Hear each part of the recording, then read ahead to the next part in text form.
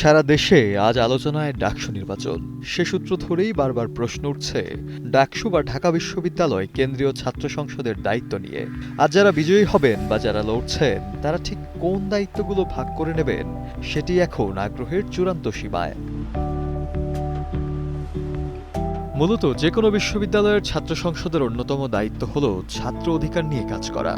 সামগ্রিকভাবে ছাত্রছাত্রীরা যেন কখনো বিশ্ববিদ্যালয় প্রশাসন থেকে কোনোভাবে অত্যাচারিত না হয় সেজন্যই কাজ করে ছাত্রদের ঐক্য পরিষদ।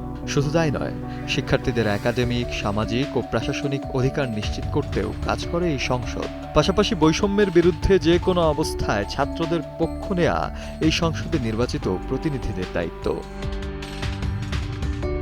এই নির্বাচনে থাকা একাধিক সম্পাদকের পদে যে শিক্ষার্থীরা লড়ছেন বা বিজয়ী হবেন তাদের অন্যতম দায়িত্ব হবে নিজস্ব বিষয়বস্তুর দিক থেকে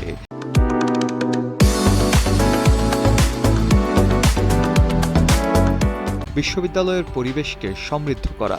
উদাহরণস্বরূপ বলা যায়, সংস্কৃতি বিষয়ক সম্পাদক সাংস্কৃতিক পরিবেশ উন্নয়নের ব্রত নিয়েই কাজ করবেন। এছাড়া বিশ্ববিদ্যালয় প্রশাসনের সঙ্গে সংযোগ রক্ষা, প্রক্টোরিয়াল টিমের সাথে শিক্ষার্থীদের মধ্যে একটি সেতুবন্ধন তৈরি করা, নীতিমালার পরিবর্তন বা সিদ্ধান্ত গ্রহণে ছাত্রদের মতামত তুলে ধরাও এই প্রতিনিধিদের দায়িত্ব।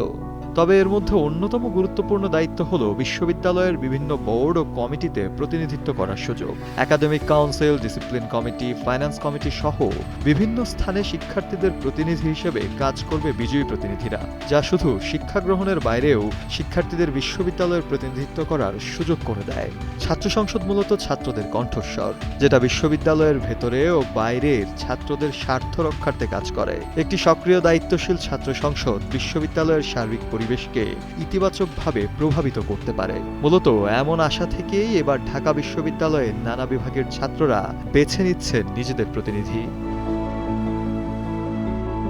শফিউল মাওলা, কালের কণ্ঠ।